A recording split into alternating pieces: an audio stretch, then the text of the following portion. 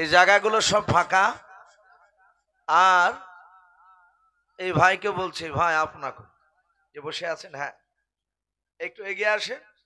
আর আপনাকে বলছি, এভাবে বসবেন না কোথাও, হাঁটু ধরে এমনিকে থাকলে, পাশে লোক থাকলে একটু ঘুম চলে এসে ধড়াম করে তার নাকটা ফাটিয়ে যাবে। আল্লাহ রসুল এইভাবে বসতে নিষেধ করেছে। আসে ভাই, বাপ শোনা, আমি বাপজি ভাইদেরকে একটু অনুরোধ করবো, একটু এগিয়ে আসো। আমি বারবার ডাকবো না, একটু জমে বসে যায়।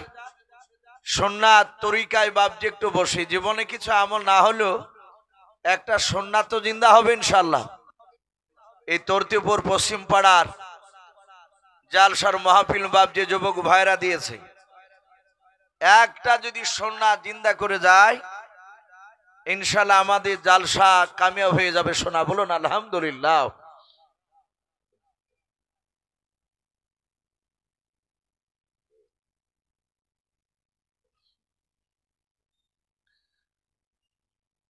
ও বাপজি একটু আসেন, শোনা আমার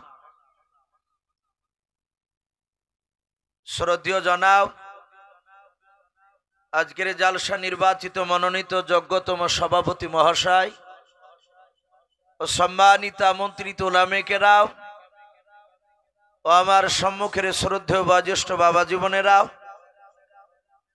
আমার সমবয়স্ক সমজস্ব যুবক ভাইয়েরা, পর্দার আড়ালের মা বোনেরা ও আমার সম্মুখের কচে কচে স্নেহের বাচ্চারা,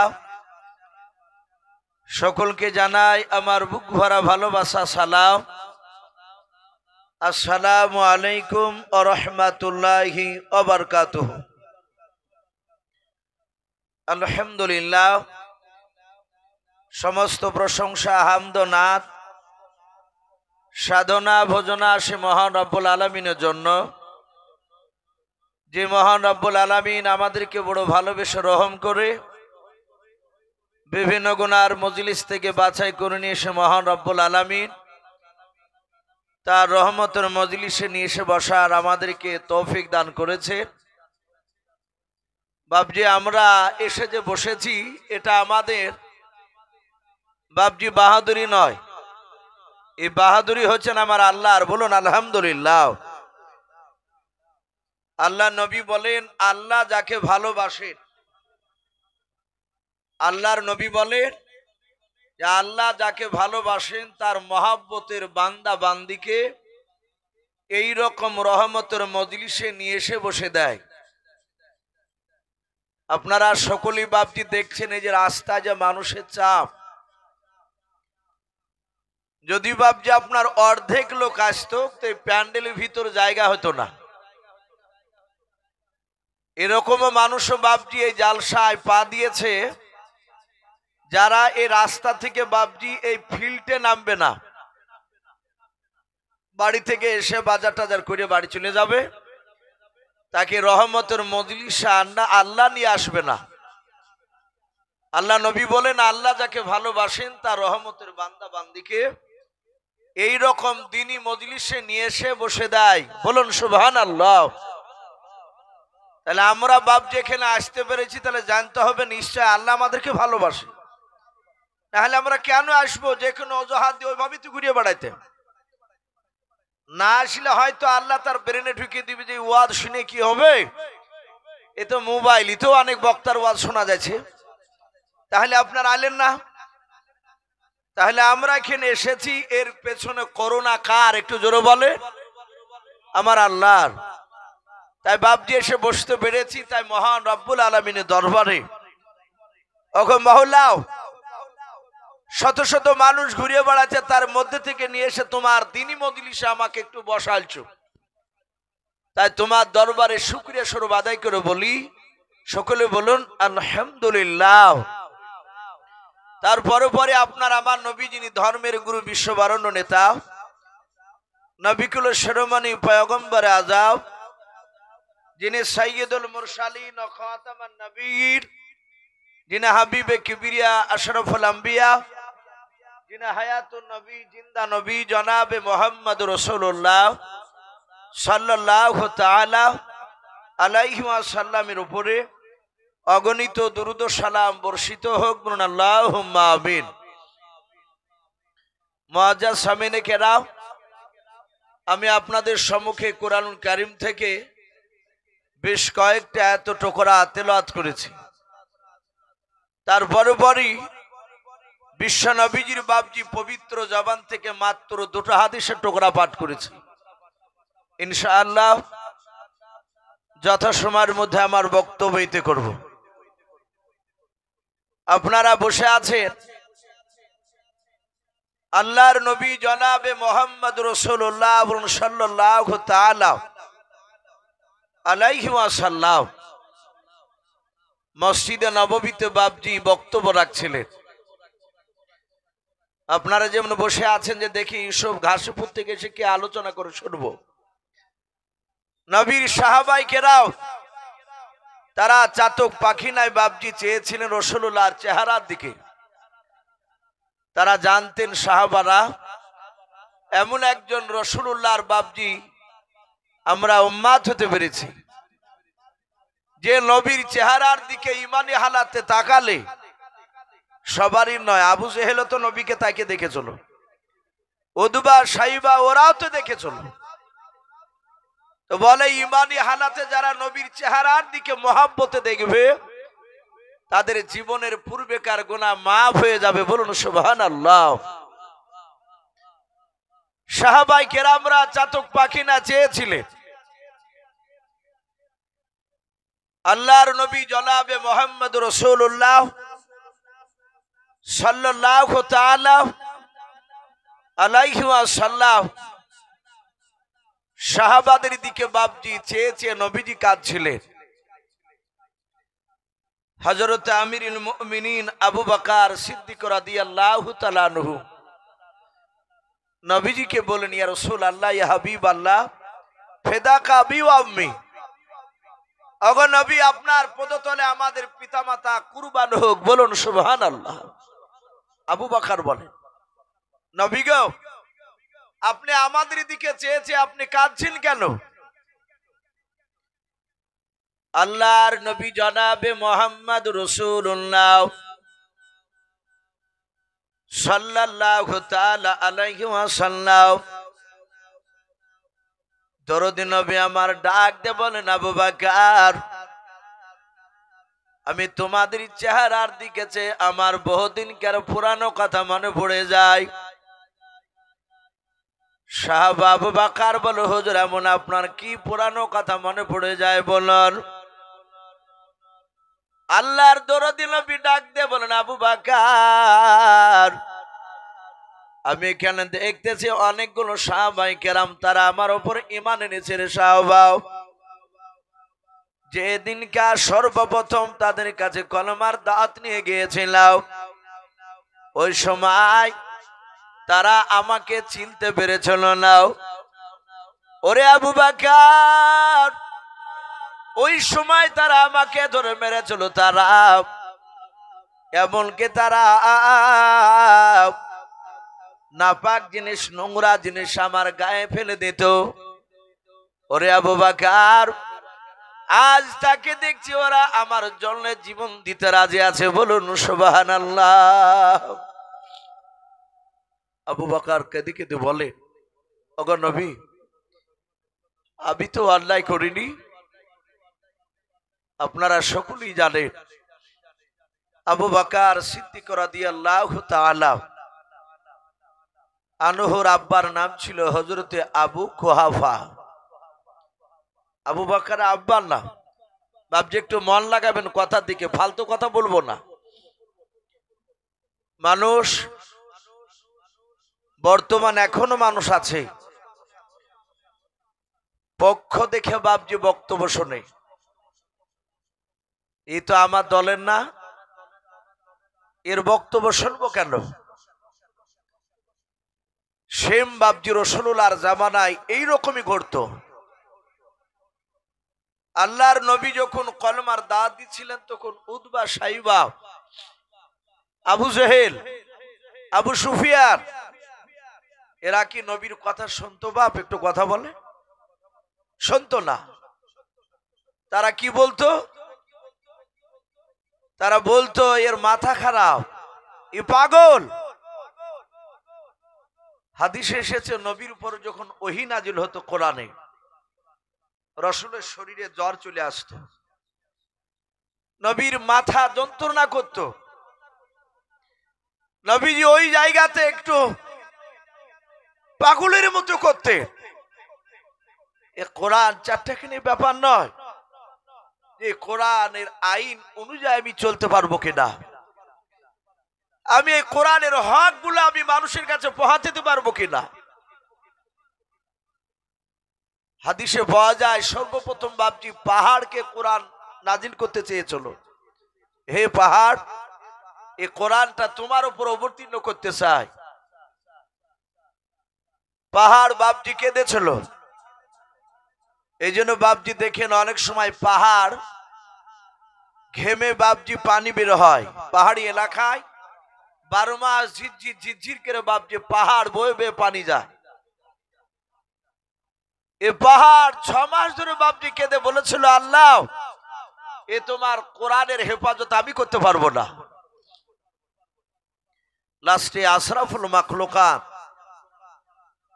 সারা পৃথিবীর মধ্যে বাপজি শ্রেষ্ঠ বাপজি জাতি হচ্ছে কারা, একটু কথা বলে? এই মানুষেরা। যদি বলেন ফেরেশতারা দামি, এটা ভুল কথা। ফেরেশতারা আর এই মানুষের মধ্যে পার্থক্য কতটা এটা আমাদেরকে বুঝতে হবে। দুনিয়ার যে কোনো বাপজি একটা ইমানদার মানুষ, আপনিও হতে পারেন আমিও হতে পারি, যে কোনো একটা মানুষ ইমানদার, সে যদি ইমানদার হয় তো বলা হয়েছে বাপজি আপনার 4000 ফেরেশতার সমান একটা ইমানদার মানুষ। বলুন সুবহানাল্লাহ। তাহলে মানুষ এত দামি। আমার বিশ্ব নবী জনাবে মুহাম্মদ রাসূলুল্লাহ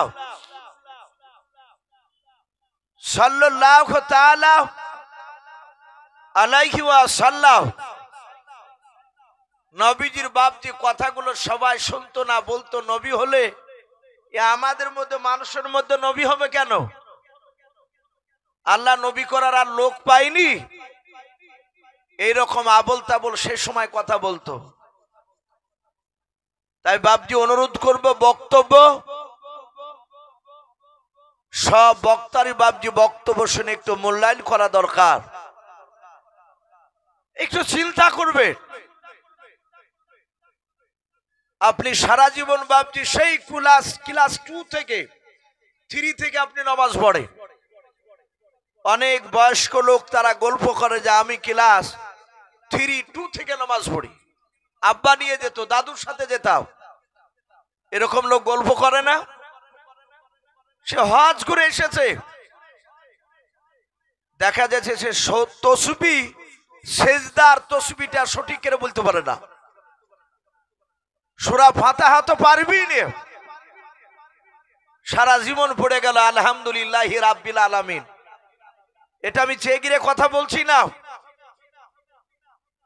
সেজদার তসবিহ সারা জীবন পড়ে গেল, সুবহানা রাব্বিল আলা, সুবহানা রাব্বিল আলা বলে অনেকে।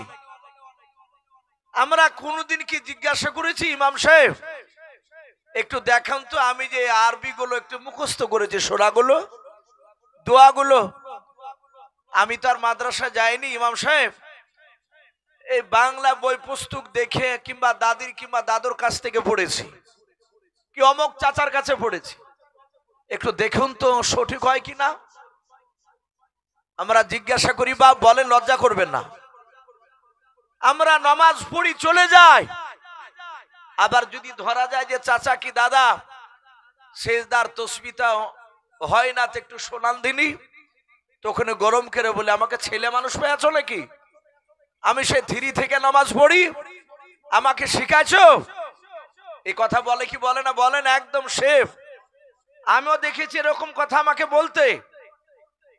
বাবা আপনি বাড়িতে মরিচ লাগালে, বেগুন লাগালে, একটু যদি পাতাটা পাখরা হয়ে যায়, যাকে আমরা কুড়াইছে বলি, আমরা তো চাষি ঘরে ছিলাম, আমরাও বাপ চাচাদেরকে আমরা তো দেখতে পাই আবাদ করতে, কাল নেই তো মৌলবি হয়েছে। তো ওই কুড়াইশে লাগলে যদি শুনে যে হরিয়ার পাড়ার লোকে ওখানে খুব সবজি চাষ করে, তর্তিপুর থেকে চলে যায়। বড় দোকানে গিয়ে পরামর্শ করি যে আমার বেগুন কিংবা মরিচের গাছে কুড়াইশে হয়েছে, এত বীজ দিয়ে সাজছে না। ভাই আপনার আছে এরকম বীজ সারার? আবার দেখা যাচ্ছে ডালকে শুধিয়ে নিয়ে যাচ্ছে, ডাল ভেঙে। ও বাবা, একটা কুড়াইশা যদি মরিচের লেগে যায়, তার লেগে যদি আপনি পরামর্শ করতে যান, আপনি দুর্গম রাস্তা পাড়ি দিয়ে আপনাকে জাহান্নামের রাস্তা পাড়ি দিয়ে জান্নাতে যাওয়া লাগবে। ওই রাস্তায় পাড়ি দিতে গেলে বাপজি ওলামাদের সাথে পরামর্শ দরকার নাই? ওদের সাথে একটু আলোচনা করা দরকার। মনে রাখবেন বাপজি, দুনিয়ার বুকে যা আমল করে যাবেন সব, ওটা বাপজি পুরো আমাদের ফর্ম যাকে ফিল আপ করা বলি। যদি বলে এটা তো বাপজি ফেব্রুয়ারি মাস, আজ মনে হয় 28 নাকি 28 তারিখ, এই মাসটা 31 না কত আমার জানা নেই, আজ শেষ। আচ্ছা যদি বলে যে মার্চ মাসের 10 তারিখ পর্যন্ত একটা ফর্ম ফিল আপ করা লাগবে, আপনি 9 তারিখে গেলে ফর্মটা ফিল আপ করে জমা দিতে গিয়ে যিনি টিকিট কাউন্টার যেখানে জমা নিচ্ছিলেন ফর্ম, সে ভদ্রলোক দেখে বললেন যে চাচা আপনার এই ফর্মটা তো ফিল আপ করা ঠিক হয়নি, ভুল হয়েছে। বলে আজ 9 তারিখ, আগামীকাল শেষ। আপনি ফর্মটাকে ছিঁড়ে ফেলে দিয়ে আবার নতুন একটা ফর্ম সংগ্রহ করে ফিল আপ করে নিয়ে গিয়ে আপনি জমা দেওয়ার সুযোগ পাবে। কিন্তু কিয়ামতের ময়দানে আপনার দুনিয়ার জিন্দেগির যে ফর্ম, আপনি যা ইবাদত করেছেন, আল্লাহ যদি দেখে বলেন এই বান্দা, এই ফর্মটা তুমি দুনিয়াতে তোমাকে 23 বছর কিংবা 100 বছর 60 বছর দিয়েছিলাম, তুমি যা ফিল আপ করে নিয়ে এসেছো সব তো ভুল। আচ্ছা বলেন বাপ, সেই দিন কি বাপজি আর ফিল আপ করার সুযোগ পাওয়া যাবে? আর কোন সুযোগ নাই। জাহান্নামীরা বলবে ওগো আল্লাহ, তুমি আমাদেরকে আর মাত্র একটা মাসের মতো দিয়ে পাঠাও। ওকে মাওলা, নামাজ পড়ি নাই, রোজা রাখতে পারি নাই, এই যে রমজান মাস আসছে আগামীকাল, অনেক মানুষের মুখ হুন্দলা হতে লেগেছে, বলছে সর্বনাশ যাতা রোদ নাকি, এই দিনে মনে হয় রোজা করা সম্ভব নয়। এখন থেকে ঈমান দুর্বল হতে লেগেছে আমাদের। কিন্তু আমরা চিন্তা করি না যে একটা 12 বছরের মেয়ে, একটা 13 বছরের ছেলে, পাড়াতে এরকম দেখা যায় গোটা রোজার মাস রোজা ভাঙে না, কষ্ট করে রোজা রাখে। ওই ছেলেটা যদি রোজা রাখতে পারে আমাদের সুস্থ শরীর নিয়ে, আমরা কেন পারবো না? ভুল ভাঙবে বাপ শুধু চোখ বুনতে যা দেরি, মৃত্যু হয়ে গেলে কবরে গেলি বাপজি বোঝা যাবে যে আল্লাহ কত বড় কাহার হবেন কিয়ামতের ময়দানে। জাহান্নামের আগুনে কত তীব্র। আপনার আমার নবী জনাবে মুহাম্মদ রাসূলুল্লাহ সাল্লাল্লাহু আলাইহি ওয়াসাল্লাম, যে নবী তার ডান দিকে আর বাম দিকে আর সামনের পেছন দিকে আর চারিদিকের গুনাহ মাফ, সেই নবীও জাহান্নামের জন্য কাঁদতেন ভয়ে। বলুন আলহামদুলিল্লাহ। সেই নবী কেঁদেছে। তা আমি বলছিলাম বাপ, যে কথার দিকে বাপ যে একটু মন দিয়ে ধ্যান দিয়ে কথাটা একটু শুনবে। জানি না আল্লাহ রাব্বুল আলামিন কার বায়ানের দ্বারাতে আপনাকে আমাকে আল্লাহ হেদায়েত দান করবে। একগ্রত ভাবে বাপজি শোনা দরকার। আমি বলছিলাম আবু বকর সিদ্দিক রাদিয়াল্লাহু তাআলা আনহু, তিনি বলছেন নবী গো, আমি তো অন্যায় করিনি, ওগো নবী আপনি আমাকে মাফ করে দেন। বিশ্ব নবীজির সামনে বাম পাশে ছিলেন হযরত আমিরুল মুমিনিন ওমর ইবনুল খাত্তাব রাদিয়াল্লাহু তাআলা আনহু। ওমর বিশ্ব নবীর হাত দুখানা ধরে বলে, ফেদাকা বি ওয়া উম্মি ইয়া রাসূলুল্লাহ, হে নবী, আপনার পদতলে আমার পিতামাতা কুরবান হয়ে যাক। নবী গো, নবী আমি ঈমান আনার পরে আর তো আপনাকে কেউ আঘাত দেয়নি। নবী বলেন, এই উমর, আমি শুধু তোমার ভয়ে আমি মক্কা নগরে আমি কলমার দাওয়াত প্রকাশ্যে দিতে পেরেছিলাম না। আপনারা সকলেই জানেন ইসলামের ইতিহাসে বাপজি সর্বপ্রথম যে মহিলাটাকে বাপজি হত্যা করা হয়েছিল ঈমান আনার কারণে, তাকে বাপজি যাকে হত্যা করেছিল তার নাম হযরতে সুমাইয়া রাদিয়াল্লাহু তাআলা আনহা। তার ছেলে হযরতে আম্মার রাদিয়াল্লাহু তাআলা আনহু, এরা ছিল মা বেটা সম্পর্কে। ছেলে বাপজি বাচ্চা নয়, ছেলে নওজোয়ান যুবক। আল্লাহ রসুল তাদেরকে গিয়ে গোপনে গিয়ে বাপজি কলমার দাওয়াত শোনালে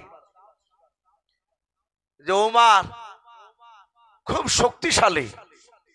নবী বলেছেন ওমরের দুই হাতে এক নয় দুই নয়, দুনিয়ার বুকের 50টা নওজোয়ান তরুণের দুর্বল নয়, যারা সবল যুবক, এইরকম 50টা যুবকের শক্তি যতটা হয় আল্লাহ রাব্বুল আলামিন ওমরকে একাই দান করেছিলেন। বলুন সুবহানাল্লাহ।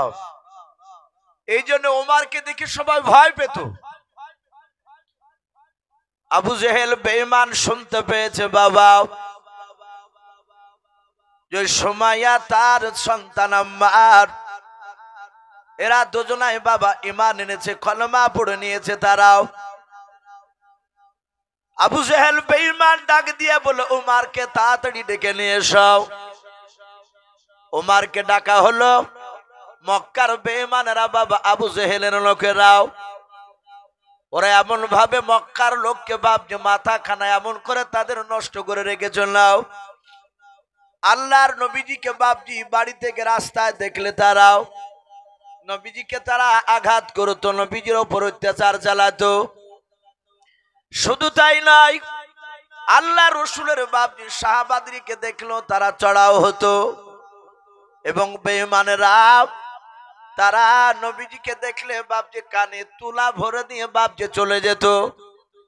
আল্লাহর নবীজির বাপজি কথা তারা শুনতো না। কোরআন পাকে বলা হয়েছে বেঈমান আবু জেহেল না বলতো লা তাসমাউ লিহাযাল কুরআন। আবু জেহেল বলতো খবরদার মুহাম্মদ সাল্লাল্লাহু আলাইহি ওয়াসাল্লামের কোরআনকে তোমরা শুনবা না। আবু জেহেল না জানতো আল্লাহর নবীজির যদি কোরআন খানা কোনো মানুষ যদি 5 মিনিট যদি বাবা শুনে নাই, ওই লোকটা কলমা না পড়ে থাকতে পারবে না। বলুন সুবহানাল্লাহ। এই জন্য দূর থেকে বাপজি শুধু বলে বেড়াতো যে মুহাম্মদ সাল্লাল্লাহু আলাইহি ওয়াসাল্লামের কথা শুনবা না। আল্লাহর নবী জনাবে মুহাম্মদ রাসূলুল্লাহ সাল্লাল্লাহু তাআলা আলাইহি ওয়াসাল্লাম তিনি জানেন না আবু জেহেলরা ওইদিকে গোল মিটিং শুরু করেছে। কে যে বলেছে আবু জেহেল ওই উদবা নয়, সুমাইয়ার তার বেটা আম্মার গত রাত্রিবেলায় কলমা পড়েছে।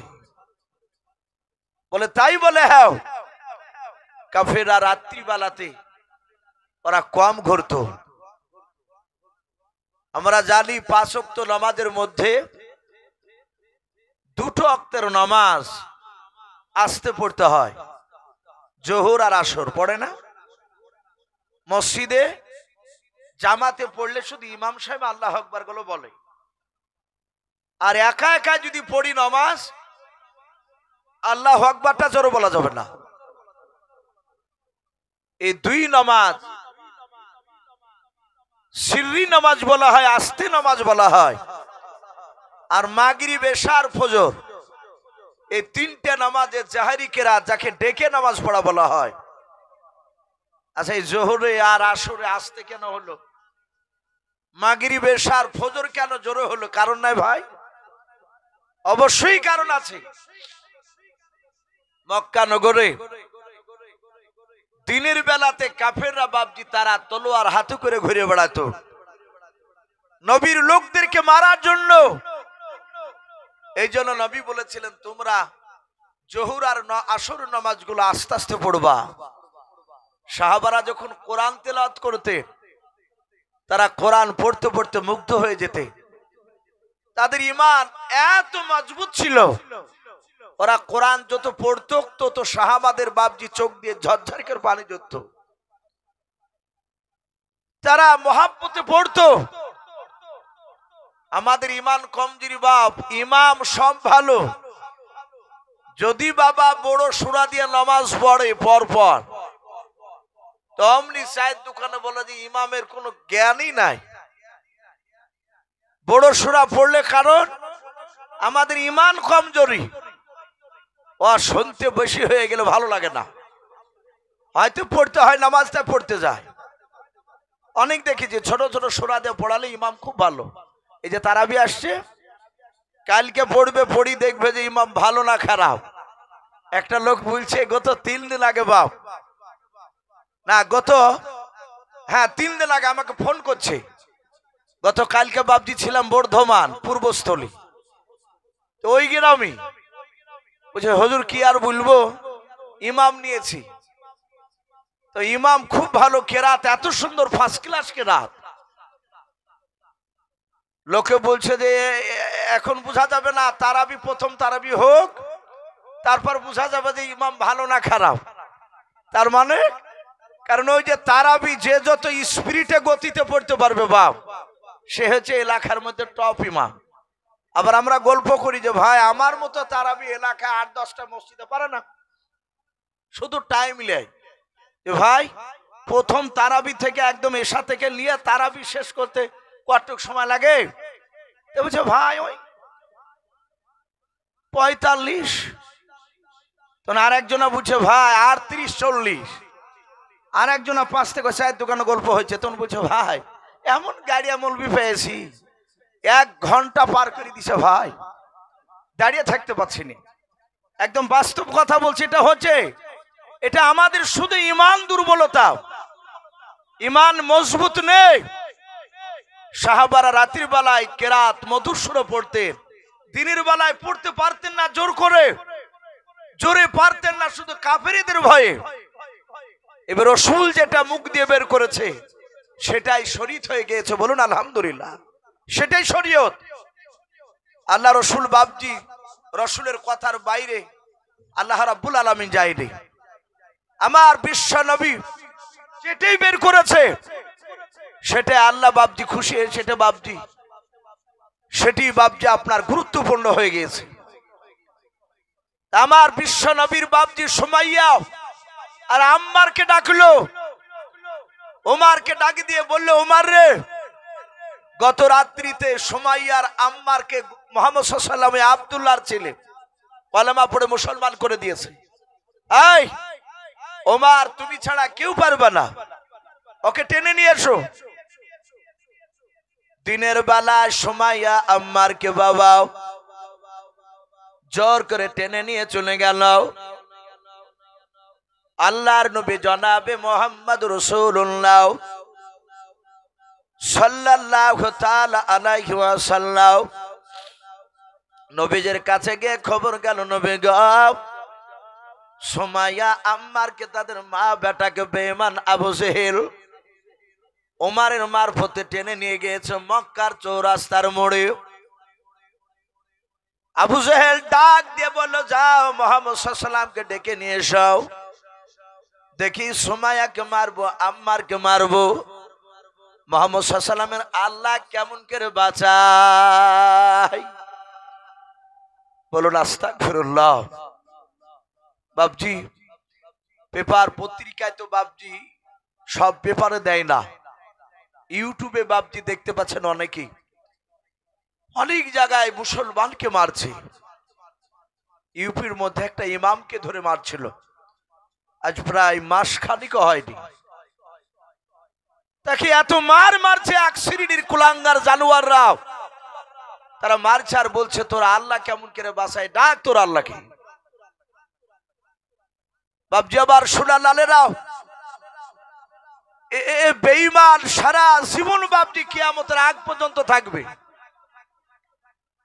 আর আল্লাহ রসুলের জামানাতে আবু জেহেলরা ওইভাবে তারা কাফেররা আবু জেহেলদের কথা মোতাবিক তারা চলতো। তাদের মস্তিষ্ক এমন ভাবে নষ্ট করে দিয়েছিল। আমার বিশ্ব নবী জনাবে মোহাম্মদ রাসূলুল্লাহ সাল্লাল্লাহু আলাইহি ওয়াসাল্লামকে বাপজি ডাকতে দিয়ে পাঠাচ্ছে। আবু জেহেল ডাক দেখি মুহাম্মদ সাল্লাল্লাহু আলাইহি ওয়াসাল্লাম কেমন করে নিয়ে যায়, ওরা আল্লাহ বাঁচায় কি করে দেখি। সুমাইয়া আর আম্মার মা বেটাকে মক্কার চৌরাস্তার মোড়ে একেবারে দুপুর বেলায় তাদেরকে হাত পা দড়ি দিয়ে বাপজি টেনে বেঁধে রেখেছে। শুধু তাই নয়, তাদেরকে বাপজি উলঙ্গা করে রেখেছে।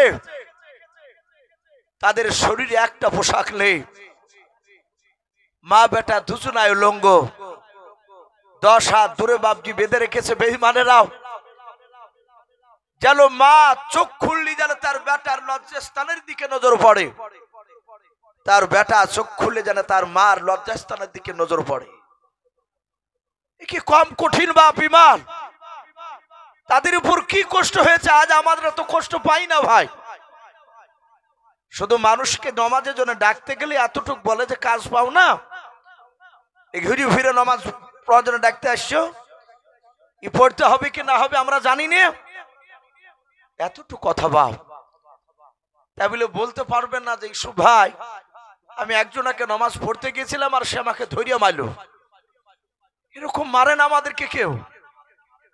আর আমার বিশ্ব নবীর বাপজি কলেমা পড়ার কারণে ওমর তখন ঈমান আনে নাই, ওমর তাদেরকে আইনি দিয়ে চলে গিয়েছে, উলঙ্গা করে রেখেছে। রাসূলকে ডাকা হলো। আমার বিশ্ব নবী বাপজি চলে আসলে হযরতে আম্মার সুমাইয়া তারা পারে না যে 2 হাত দিয়ে লজ্জাস্থানকে ঢেকে রাখে। ওরা দুজনায় কাঁধে চোখ বন্ধ করে আম্মার নিজের মার দিকে বাপজি তাকাতে পারে নাই, চোখ দুটো বন্ধ করে বলেন মা খবরদার যেন আল্লাহ রসুলকে যেন ভুল বানাও। ও মা মৃত্যুর পর নবীজি বলেছে রাত্রিবেলায় হত্যা যদি করে দেয় বেঈমান কাফেররা আবু জেহেলের লোকেরাও, ওগো মা এর চেয়ে কঠিন ভয়ঙ্কর আযাব হবে জাহান্নামের আগুন। মা শুধু মনে মনে আল্লাহর জিকির করো, বলুন সুবহানাল্লাহ। মৃত্যু হয়ে গেলে নিশ্চয় আল্লাহ দেখে আমাদেরকে জান্নাতে দেবে। ওই জাহান্নামের আগুন যদি আমাদের জন্য মাফ করে দেয় মাও, তাহলে আমরা ভাগ্যবান হয়ে যাব। মা বেটাকে বাপ যে আপনার নসিহত করে, বেটাতে মাকে বাপ যে নসিহত করে। আল্লাহ রাসূল বাপ যে দাঁড়িয়ে নবীজি আপনার নিচু দিকে মুখ করে আছেন, দূর থেকে দেখলেন তাদেরকে উলঙ্গা করে রেখেছে। সাহাবারা নবীজিকে বলেন হুজুর ওদের দিকে তাকানো যায় না। আল্লাহর নবী নিচু দিকে মক্কার চৌরাস্তার মোড়ে দাঁড়িয়ে হযরতে সুমাইয়া রাদিয়াল্লাহু তাআলা আনহা ডাক দিয়ে বলেন গো আল্লাহর নবী আপনি চলে যান, ও নবী চিন্তা করবেন না, আবার আল্লাহ নিশ্চয় আমাদেরকে সমরে জামিল দান করবেন। ও নবী আপনি দোয়া করেন যেন ধৈর্য ধরে থাকতে পারি। আল্লাহ রসুল বাপজি যাত ওখান থেকে বাপজি চলে গেলেন। বেঈমান আবু জেহেলের লোকেরা হাওমা করে বাপজি তারা মদ নিয়ে তারা আনন্দ করেছিল, যাতে আল্লাহর নবীজি বাপজি চলে গেলেন। আর ওই সময় বাপজি বেঈমান আবু জেহেল বর্ষা যাকে বাপজি আমরা বললাম বলি, ওই বললাম জ্বর করে বাপজি এত জোরে বাপজি চালিয়ে দিল। সুমাইয়ার লজ্জাস্থানের দিকে লক্ষ্য করে হাদিসে পাওয়া যায় দুপুর বেলা হাজার হাজার বেঈমানের সামনে বেঈমান আবু জেহেল রে বাবা সুমাইয়ার লজ্জাস্থানে বললাম মেরে তাকে দুনিয়ার বুক থেকে বিদায় করে দিল। হযরত আম্মার নিজের চোখের সামনে তার মাকে হত্যা করে ফেললো।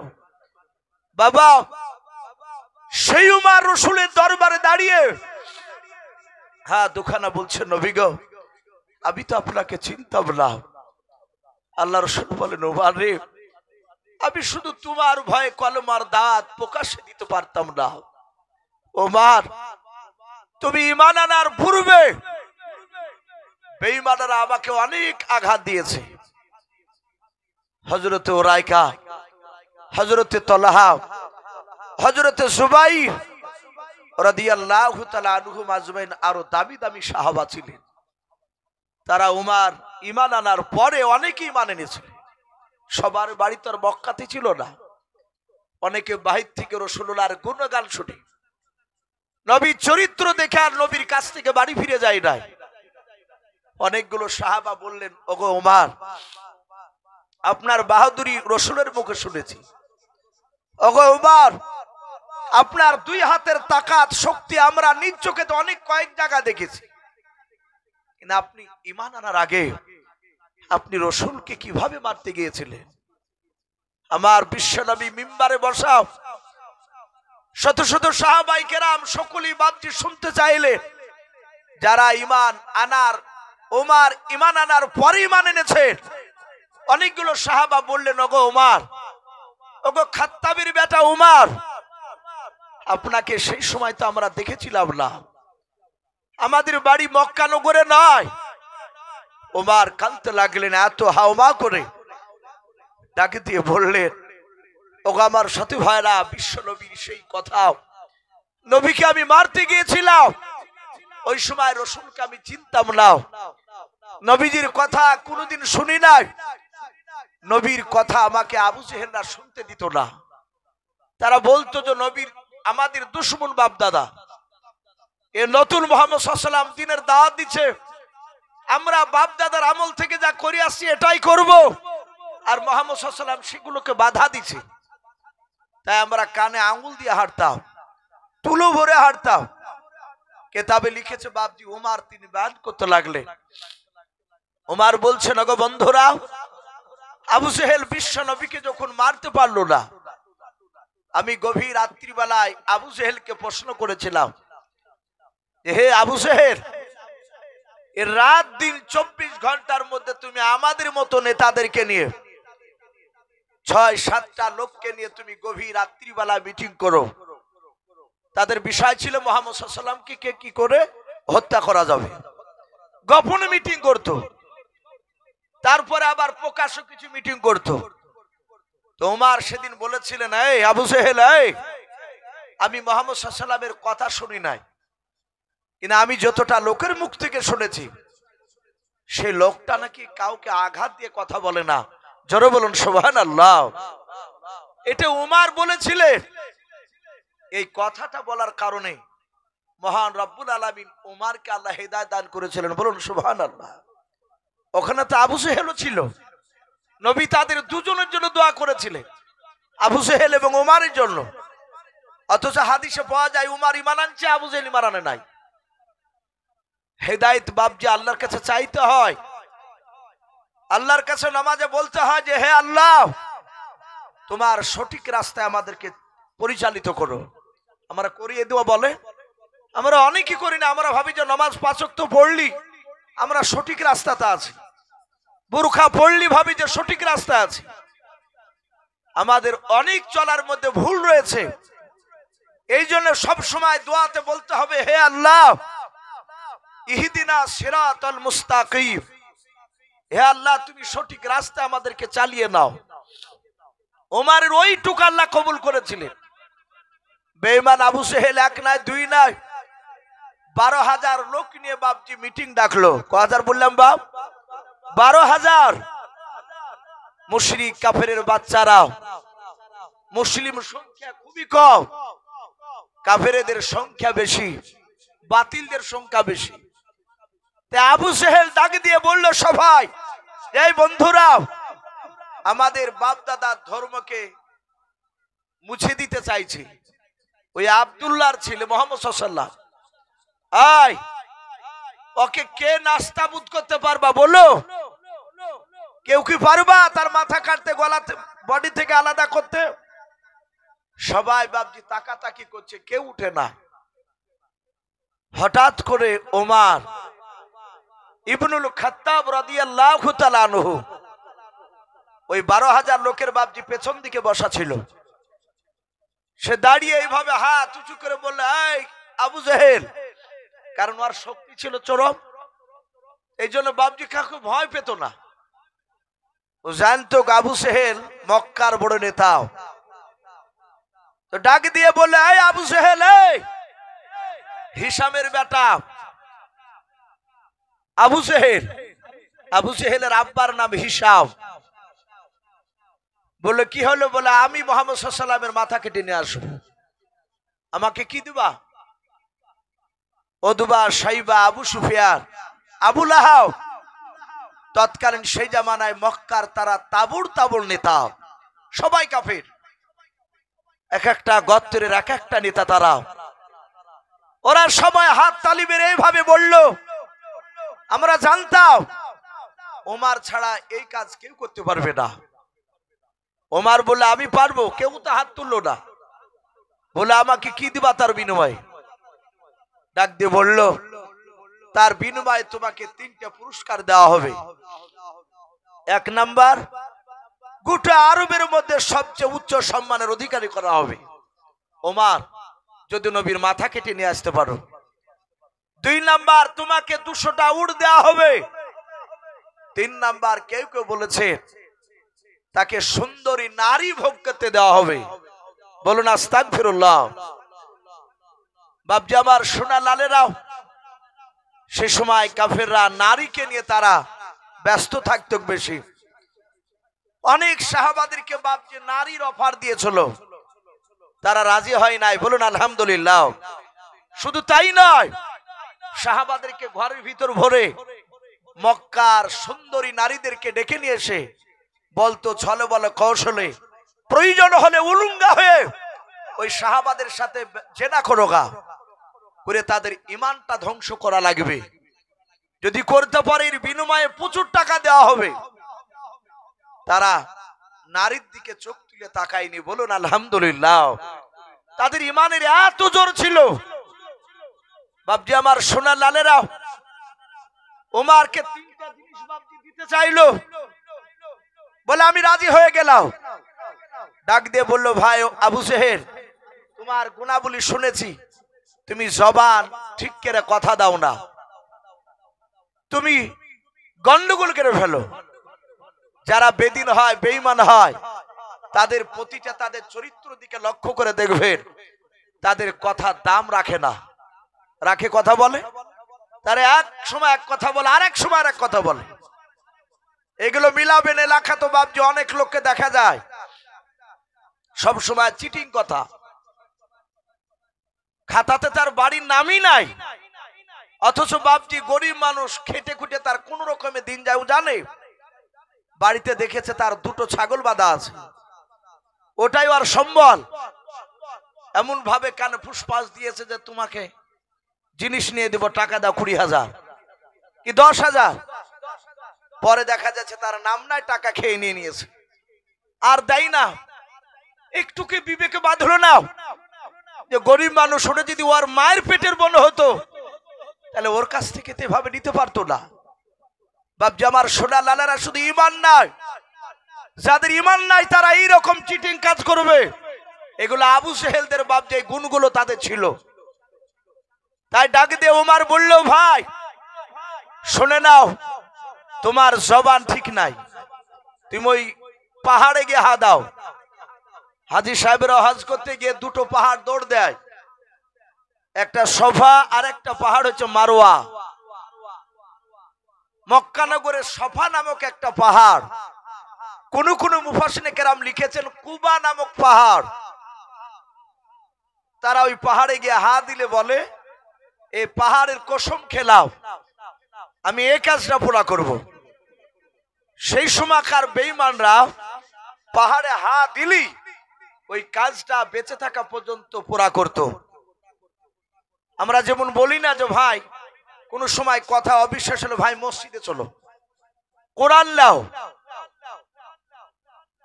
এ মানুষ আগে গুলো বিশ্বাস হতো, এখন বাপজি মিথ্যা কথা বলে কোরআন লিছে, মসজিদে উঠে যাচ্ছে। ওরা জানে না যে কোরআন নিতে গেলে এর পরিণাম কি হবে কিয়ামতের ময়দানে। ডাক দিয়ে বলল, আবু সেহেল চলে, আমি পাহাড়ে হা দিব। ওই পাহাড়ে হা দিল, ওয়াদা পুরা হয়ে গেল। আবু সেহেল বেঈমান তলোয়ার হাতে করে নিয়ে, বাপজি নয়, ওমার বিষাক্ত তলোয়ার, ওমার তলোয়ার হাতে করে, উলুঙ্গা তলোয়ার হাতে করে নিয়ে বাপজি দৌড়াতে শুরু করলো আল্লাহ রসুলের মাথা কাটার জন্য। ওমার দৌড়ে যায়, মরুভূমির ময়দান দিয়ে পার হচ্ছিল। হঠাৎ করে দেখলো বাবা পেছন দিক থেকে একজন মানুষ ডাক দেয়। হাদিসে পাওয়া যায় ওই মানুষটার নাম হযরত নাঈম রাদিয়াল্লাহু তাআলা আনহু। আল্লাহ নবীজির বাপ যে দামি সাহাবা ওই নাঈম, ওই নাঈমের সাথে বাপজি উমারের বাপ যে মাঝে মাঝে কথা হতো। হযরত নাঈম ঈমান আনার পূর্বে বাবা ওই উমারের সাথে তার একটু বন্ধুত্ব ছিল। হযরত নাঈম ঈমান এনেছে বাবা, তা উমার জানে না। হযরত নাঈম উমারকে দৌড় দেওয়া দেখে ডাক দিয়ে বলল, ভাই উমার, এভাবে কোথাও তুমি দৌড়ে চলে যাচ্ছ, কোথাও দৌড়াচ্ছ বলাও। ডাক দিয়ে বলেছিল, ভাই নাঈম, বড্ড বাড়া বেড়ে গেছে। ওই আব্দুল্লাহর সন্তান মুহাম্মদ সাল্লাল্লাহু, ও তা দুরূদ পড়ছে না, ও তো বেঈমান। হযরত নাঈম ডাক দিয়ে বলেছিল, ভাই উমার,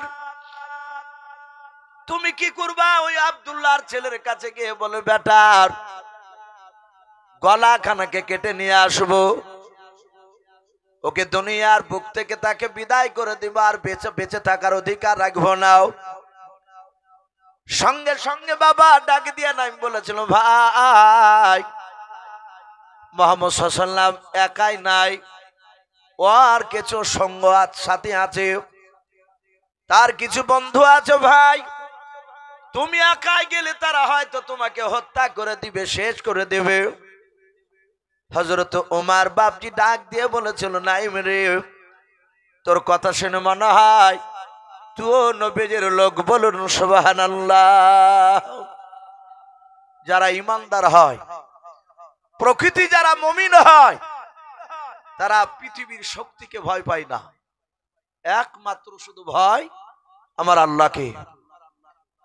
ডাক দিয়ে ওমর বলে, এই নাঈম, তোর কথা শুনে মনে হয় যে বেটা তুই মুসলমান হয়েছিস। বলো, ভাই কথা শুনে নয়, বাস্তবিক নবীর ওপর কলমা পড়ে মুসলমান হয়েছে। আজ কয়েকদিন হলো। বলে, তোকে জবাই করব। এই মরুভূমির ময়দানে ওরা দুজনাই তর্ক বিতর্ক হয়েছে। হযরতে নাঈম বলেছিল, ওমর, তুই যদি আমাকে 10টা মারিস, আমি তোকে একটা তো মারতে পারবো। ওমর রে, তোর দুটো হাত, আমারও দুটো হাত, তোর শরীরে গোস্ত, আমারও শরীরে গোস্ত। আই ওমর শোন, তোর রক্ত রয়েছে, আমারও রক্ত রয়েছে, প্রতিবাদ ঈমানদারা করবে। গত মনে হয় সম্ভবত 2 মাস এখনো পরিপূর্ণ হয়নি, ওই ট্রেনে একটা মাওলানাকে ধরে মারছিল। খবর দেখেছেন ভাই আপনারা? কেউ দেখেননি? দেখেছেন না? অনেকেই খজুরি খেয়ে আবার বলি মৌলবীরে শেষ করে দিল, এই দেশটাকে মৌলবীরে শেষ করে দিল। অথচ মাওলানাদেরকে বাপজি বাইরে মারছে প্রতিবাদ করার জন্য। আমরা অনেকে গুরুত্ব দিই না, দেখি নাই। এই পশ্চিম বাংলার মাটিতে ট্রেনে যাচ্ছিল রেজাউল করিম বলে এক মাওলানা, যুবক, বৃদ্ধ নয়, তাকে বলছে পাকিস্তানের জঙ্গি, বাংলাদেশের জঙ্গি। এতদিন এর আগে লাদেন চাচা তাই বলতো না মুসলমানকে অনেক জায়গায়। ওই লাদেনের কথাটা ঢাকা পড়েছে, বলে জঙ্গি। ওই রেজাউল করিম ট্রেনে প্রতিবাদ করলে, ভাই আমি জঙ্গি নয়, আমি ভারতের নাগরিক, আপনিও যেমন নাগরিক আমিও সেরকম নাগরিক। উনি বললেন, ভাই এ ভারতবর্ষের মাটি আপনারও যতটা অধিকার আমারও ততটা অধিকার। এই কথা হক কথা বলার কারণে তার দাড়ি ধরে তার মাথা টুপিকে কেড়ে নিয়ে পায়ের জুতার তলে দিয়ে লগড়া ছিল, কিল ঘুষি মেরে লাস্টে তাকে বাবজি সিদ্ধান্ত নিল তাকে ট্রেন থেকে ফেলে দেবে। বছর দুয়েক আগে নিজামুদ্দিন বলে এক ভাইকে বেগুনবাড়ি যে বাবজি বেথাডহরিতে দেবগ্রাম পার হয়ে ট্রেন থেকে ছুঁড়ে ফেলে তাকে হত্যা করেছে। সে মওলানা না, সে একটা সাধারণ মুসলমান ভাই আমার। ওই অভ্যাস আবা বলছে কি ট্রেন মেরে ট্রেন থেকে ফেলে দেওয়া লাগবে, আয় একে ফেলে দে ফেলে দে। তাই নিয়ে বাবজি ফেলছিল। সব অমুসলিম ভাইয়েরা খারাপ নয় আমার, সব অমুসলিম ভাইয়েরা খারাপ নয়। এক শ্রেণীর কিছু বেঈমানেরাও তারা রাজনীতির মুনাফা লুটার জন্য কাজ চালাচ্ছে। একটা হিন্দু ভাই তাকে জোরে ধরেছিল, জোরে ধরে বলেছিল যে না একে মারা হবে না, এতে কোনো দোষ নাই। কোনো মতে হিন্দু ভাইটা তাকে ছাড়েনি। যদি বাবজি ছেড়ে দিত, যাক মা বোন আপনারা একটু সামনের দিকে এগিয়ে গিয়ে বসুন। অনেক মা বোন পেছনে দাঁড়িয়ে আছে, তারা বসার জায়গা পাচ্ছে না। তাই মা বোন আপনারা একটু সামনের দিকে এগিয়ে বসুন, পেছনকার মা বোনদেরকে একটু বসার সুবিধা করে দিই। ভাই আমি বলছিলাম সে হক কথা বলার জন্য বাবজি তাকে মার খেতে হয়েছিল। রেজাল কারিম বলছিলেন আমার ওই হিন্দু ভাইটার জন্য হয়তো আজ আল্লাহ আমাকে হায়াত দিয়েছে, বেঁচে আছে। অনেক হিন্দু ভাইরা আছে মুসলমানের জন্য তারা বাবজি জান দিতে রাজি আছে, মুসলমানদেরকে ভালোবাসে অনেকে। আমি বলছিলাম নাইম বলল ভাই আমাকে মারার আগে নবীকে মারার আগে তোমার বাড়ি খোঁজ রেখেছো? বলে বাড়ি মানে? বলে উমার তোমার আপন কলিজার টুকরা বোন ফাতেমা আর তার স্বামী শাহিদ আজ 3 দিন আগে তারা মুসলমান হয়েছে, বলুন সুবহানাল্লাহ। উমার জানে না, খবর মোটেই জানে না। উমার বলল তাই? বলে হ্যাঁ। বলে মিথ্যা বলছিস না তো? বলে না, মিথ্যা বললে তখন এসে তুমি আমাকে মারো। উমার কথা দিল যদি মিথ্যা হয় আমার বোন ওরা তো বেঁচে যাবে যদি কলেমা না পড়ে, আর যদি পড়ে তাহলে ওদেরকে জবাই করে তোকে জবাই করে তারপরে মুহাম্মদ সাল্লাল্লাহু আলাইহি ওয়াসাল্লামকে জবাই করতে যাব। ওমর দৌড়ে যায়, নিজের বোনের দিকে বাপ যে দৌড়ে চলে গেল। ওমরের বোনের দরজার গুড়ি থেকে ওমর রে বাবা, ওই সময় ওমরের কানে তুলা ভরা নাই। ওমর কানে বাপ যে আপনার আঙ্গুল দিতে ভুলে গিয়েছে। হযরত ওমর বাপ যে নবীজিকে বাপ যে মারার জন্য তলোয়ার হাতে করে নিয়ে দৌড়াচ্ছিল। তারপরে বাপ যে নিজের বোন শুনেছে কলমা পড়েছে। ওমরের বোনের বাড়ির দরজায় গিয়ে দাঁড়িয়ে কানটা একটু দরজায় লাগিয়ে দেখছে, দেখি কি করে ওরাও।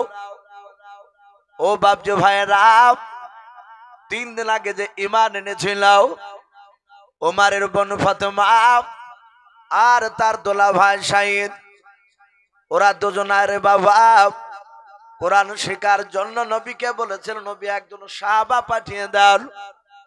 এত মধুর কথা, এত সুন্দর মিষ্টি আওয়াজ, আমরা বাড়িতে কোরআন শিখতে চাই। আল্লাহর নবীজি বাবা খাব্বাব নামক একজন সাহাবাকে বলেন খাব্বাব যাও এদের দুজনকে কোরআন শিখে দিয়ে এসো বাড়িতে, মাঝে মাঝে তুমি যাবাও। ওই সময় খাব্বাব বাবজি ঘরের দরজাটা বন্ধ করে ফাতেমা এবং শাহিদ তারা স্বামী স্ত্রী দুজনাই কোরআন আওয়াজ বাবজি শুনছিল। হযরতে খাব্বাব তিনি বাবজি কোরআনের আয়াত তেলাওয়াত করেছিলেন মধুর সুরে। আল্লাহ বলেছেন ওয়ারাতিলিল কোরআন তারতিলাও, কোরআনকে তোমরা মধুর সুরে তোমরা পড়ো। কোরআন এমন একটা জাদুকৃতি কিতাব যে কোরআন বাবজি শুনতো যারা মন দিয়ে মক্কা নগরে। আজও বাবা গোটা পৃথিবীর বাবজি বড় বড় বাবজি জ্ঞানী গুণী লোকেরা অমুসলিমদের মধ্যে থেকে বাবা যারাই কোরআন মধুর সুরে বাবজি মন দিয়ে দেখতে যায় তারাই বাবজি কোরআনওয়ালা হয়ে যায়, বলুন সুবহানাল্লাহ। ওমরের কানে গিয়ে বাবজি 3টা কোরআনের আয়াতের আওয়াজ বাবজি ধাক্কা লেগে গিয়েছে। ওমার বাবা চিৎকার করে ডাক দিয়ে বলেছে, বোন ফাতেমা দরজা খোল। যাহাতে দরজা খোলার কথা বললাও, হযরতে খাব্বাব কোরআন খানা বাপজি বুকের সাথে বাপজি জোড়ে ধরলেন। ফাতেমা বুঝতে পেরেছে এই গলার আওয়াজ আমার ভাইয়ের। মনে হয় ওমার জানতে পেরেছে আমরা কলমা পড়েছি। ওমার মনে হয় আমাদের কার বেঁচে রাখবে না, হত্যা করে ফেলবে। কারণ আমার ভাই অত্যন্ত জিদে রাগের। হযরতে ফাতেমা ডাক দিয়ে বলেছিলেন, ওগো আমার খাব্বাব ভাই, ওমার কোরআনকে চিনে না, কোরআনের হয়তো অবমাননা করবে। ওগো খাব্বাব ভাই, কোরআন খানা তুমি নিয়ে তুমি ঘরের আড়ালে লুকিয়ে যাও। মারির ভয় পালায়নি। ওমার যদি কোরআনটাকে ছিঁড়ে ফেলে দেয়, তাই কোরআনটা নিয়ে ভাই একটু লুকাও, বাকিটা আমরা দেখছি। ওমার কয়েকবার দরজা খুলতে বললে, একটু দেরি হলে খুলতে। ওই উমার পা দিয়ে বাপজি দরজায় এত জোরে বাবা আঘাত করলো, দরজাটা ভেঙে গেল। ভাঙার পর ওমার দৌড়ে গিয়ে নিজের দুলা ভাইয়ের দাড়িখানা বাম হাত দিয়ে ধরলাও। তলোয়ারের উল্টো পিঠ দিয়ে বাপজি আপনার হাতখানা তলোয়ার ধরে আছে। ডাকে দিয়ে বলে, ভাই শুনলাম তুমি নাকি কলমা পড়ে নিয়েছো।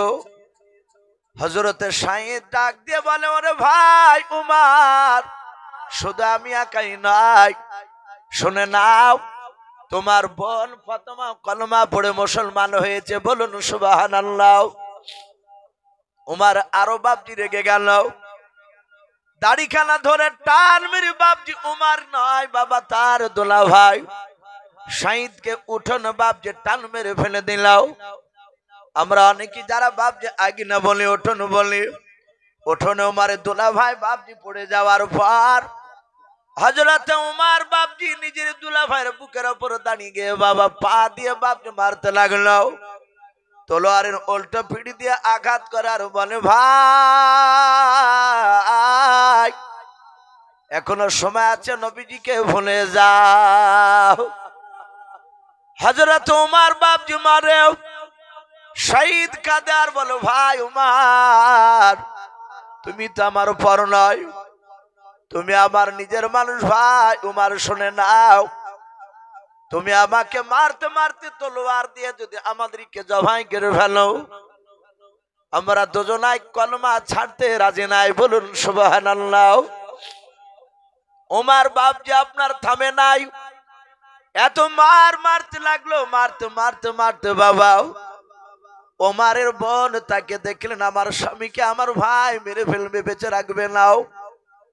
মাটিখানা বাপজি উঠোনের মাটি বাপজি রক্তে লাল হয়ে গিয়েছে বাবা।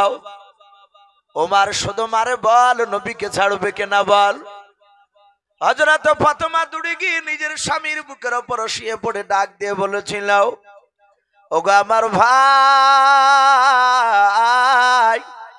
আমার স্বামীকে তুমি আর মেরো না। স্ত্রীতে বাপজি আপনার স্বামীর বুকের উপর যখন শুয়ে পড়লাও, ওমার তার দিলের ভিতরটা বাপজি এমনই পাথরের মতো বাপজি শক্ত হয়ে গিয়েছিল। নূরের বাতি বাপজি তখনও জ্বলেনি, হেদায়েতের নূর জ্বলেনি। ওমার নিজের বোনকে পর্যন্ত বাপজি রক্ষা দিল না। নিজের বোনের চুলগুলোকে বাপজি খামচা মেরে ধরে টান মেরে আগ্নেতে ফেলে দিল, উঠোনে ফেলে দিল। দাঁড়াস করে ফাতেমা পড়ে গেল। ওমার আগে থাকতে না পেরে বাপজি দৌড়ে গিয়ে নিজের বোনের বুকের উপরে দাঁড়িয়ে গেল। ওমার ডাক দে বলে, বোন ফাতেমা, তুই আর আমার মায়ের পেটের বোন নাই, আমি তোকে মায়ের পেটের নজর আর দেখবো না বোন বললেও। ওরে বোন, তুই আমাদের বাপ দাদার দুশ্মন হয়ে গিয়েছিস, আমার বাপ দাদার ধর্মকে ত্যাগ করে এখানে এসেছিস, মুহাম্মদ সাল্লাল্লাহু আলাইহি ওয়াসাল্লামের কলমা পড়ে নিয়েছিস, তোকে আর বেঁচে রাখবো না। এক এক করে তোর বুকের বাতা গুলো আমি ভেঙে ফেলবো। পা দিয়ে লাথ মারে আর তলোয়ারের উল্টো পিঠ দিয়ে আঘাত করে। ফাতেমা ডাক দিয়ে বলল, গো ভাই, মারতে মারতে যদি আমাকে ধোলার সাথে যদি মিশিয়ে দাও, এ বুকের ভিতরে আল্লাহর নবীজিকে বাপজি জায়গা দিয়ে দিয়েছি গো ভাই, এই কলিজার ভিতর থেকে আমার নবীকে টেনে বের করতে পারবে না, বলুন সুবহানাল্লাহ। উমার তোমার মারার পর বাবা উমার দেখলো এত উমার মারলাম আব্দুল্লাহ ভাই আর বোনকে একটিবার জানের ভিক্ষা চাইল নাও। ফাতেমা ডাক দিয়ে নাই, উমার ফাতেমাকে ডাক দিয়ে বলে, ওরে আমার বোন ফাতেমা, অনেকক্ষণ ধরে মারলাও, মারলাম, নবীজিকে তুই ছাড়বে না, মেনে নিলাও। ওরে ফাতেমা, একটিবার শুধু আমার কাছে জানের ভিক্ষা চাও। হযরত ফাতেমা ডাক দিয়ে বলেন, ভাই গো, আমার বিশ্ব নবী শিখিয়ে দিয়েছেন, আল্লাহর নবী বলেছেন, ভালো মন্দ যাই হোক না কেন, যা কিছু চাওয়ার দরকার আমার আল্লাহর কাছে ছাড়া পৃথিবীর কারো কাছে চাওয়া যাবে না, বলুন সুবহানাল্লাহ। চাওয়া যাবে? চাওয়া যাবে না। অনেক মানুষ বাপজি যখন দেখবেন, অনেকে দেখা যায়, শোনা যায়, মানুষ বিপদে পড়লে অনেক সময় বলে, ইয়া গাউস আল মাদাদ, ইয়া আলী, বলে না, ইয়া গাউস আল মাদাদ। আমরা অনেকে গুরুত্বই দিই না যে কথাটা কত বড় মারাত্মক খারাপ। ইয়া গাউস মানে আব্দুল কাদের জিলানীকে ডাকছে। রাগ করবেন না বাপ, আপনারা আমার দিনী ভাই, আমার বাড়ি খুব বেশি দূর নাই, পাশে ঘাসিপুরে বাড়ি। বাপজি হক কথা একটু বলা দরকার আছে, ভুল পথে চললে তাকে একটু বলা দরকার আছে। যদি না বলি কিয়ামতের ময়দানে আমাকেও পাকড়া হতে হবে। ইয়া গাউস আল মাদাদ, অনেকে বলে এর মানে হচ্ছে, হে আব্দুল কাদের জিলানী, তুমি আমাকে সাহায্য করো। বলুন আস্তাগফিরুল্লাহ, আরো জোরে বলুন আস্তাগফিরুল্লাহ। একমাত্র আল্লাহ ছাড়া পৃথিবীর কারো কাছে যাওয়া যাবে না। এক ভিক্ষুক ভিক্ষে করে বেড়াচ্ছিল, একটা লোক তাকে যুক্তি দিয়েছে, বাড়ি বাড়ি ভিক্ষে করে ক টাকা পাস?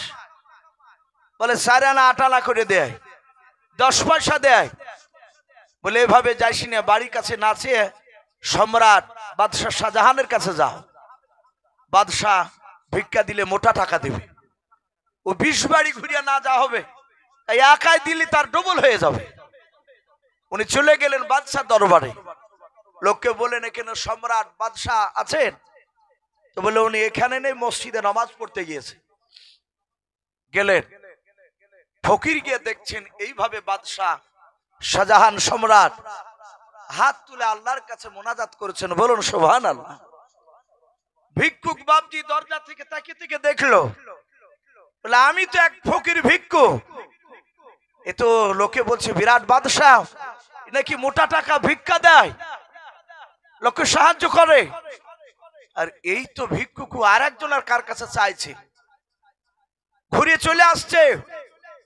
বলে, কই চাইলে না? বলে না, ওর কাছে চাইবো না, ও তো ভিক্ষুক, চাইলে উনি যার কাছে চাইছে সে আমার আল্লাহর কাছে আমিও চাইবো, জোরে বলুন সুবহানাল্লাহ। আল্লাহর কাছ ছাড়া পৃথিবীর কারো কাছে চাওয়া যাবে না, ওটাই শিরক বলা হয়েছে। আল্লাহ সব সহ্য করতে পারে। একটা মানুষ যদি জেনা করে ফেলে অজান্তে, ও যদি বুঝতে পারে আমি অন্যায় করেছি, যদি তওবা করে নেয়, আল্লাহ রাব্বুল আলামিন তাকে ক্ষমা করে দিবে। কিন্তু একজন শিরিক, যারা মুশরিক বলা হয়, যারা শিরিক করে, আল্লাহকে বাদ দিয়ে অন্য মানুষকে আল্লাহর জায়গায় বসায়, তাদেরকে আল্লাহ বলছেন আমি জীবনে কিয়ামতের ময়দানে ক্ষমা করব না। হযরতে ফাতেমা ডাকে দিয়ে বলল, ভাই আমাকে মারতে মারতে যদি মেরে দাও, তোমার কাছে জানের ভিক্ষা চাইবো না, চাইবো একমাত্র আল্লাহর কাছে। আল্লাহ দেখতে পাচ্ছেন সব।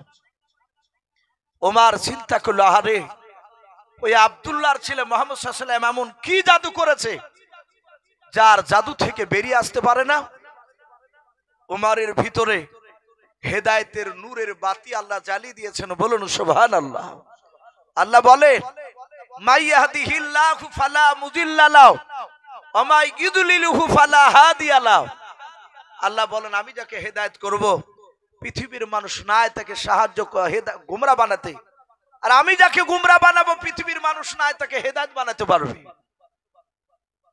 ওমরের ভিতরে বাপ যে হেদায়েতের নূর জ্বলে উঠেছে বাবা, পাথর দিলটা বাপ যে নরম হতে লাগলো।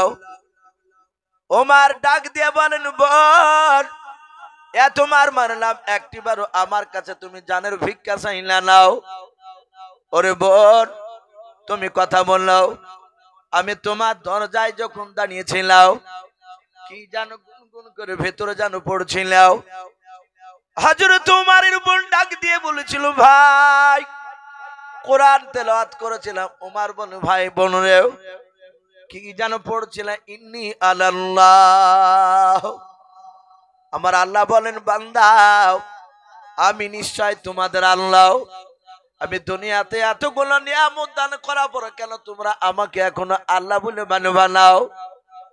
উমর ডাক দিয়ে বলো, বোন এত সুন্দর কথা কে পড়ছিল বল? উমরের বাপ যে আপনার বোন ফাতেমা, তিনি মনে মনে ভাবছেন খাব্বাব তো ঘরে আছে, যদি আমার ভাই জানতে পারে হয়তো খাব্বাবকে মারবে।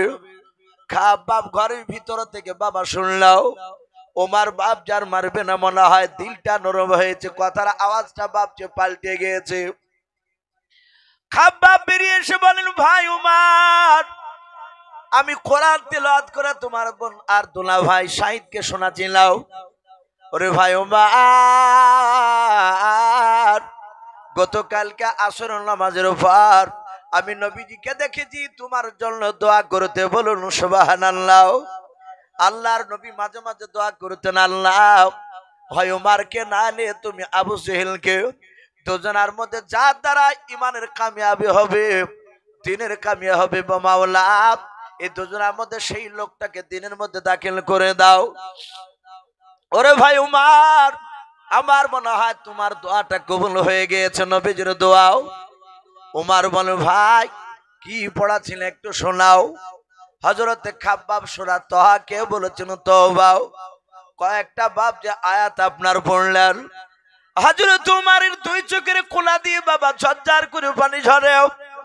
উমর কেঁদে কেঁদে বলেছিল, ভাই এত সুন্দর বাণী তোমরা কোথায় পেলে বলো? ফাতেমা রক্তাক্ত শরীর নিয়ে ডাক দিয়ে বলেছিল, ভাই সেই নবীর কলমা পড়ার জন্য তুমি আমাকে মারছিলাও, সেই নবীর উপরে কোরআনটা নাজিল হয়েছে বলে, তাই নাকি? বলে, হ্যাঁ। ও ফাতেমা বোন, আমি সেই নবীজির কথা আমি কোনোদিন শুনি নাই। ওই আবু জেহেল উতবা সাইবারা বলেছে ওর কথা শুনবা নাও, তাই আমি দূর থেকে তাদেরকে দেখলে কানে আঙুল ভরে দিয়ে চলে যেতাম এবং তুলো ভরে দিয়ে মাঝে মাঝে হাঁটতাম, যেন ওদের আওয়াজ গেল যেন কানে না আসে। ওরে ভাই খাব্বাও, ওগো শাহিদ ভাই অন্যায় করেছে, তোমাদেরকে মেরে নবীর কাছে নিয়ে চলাও।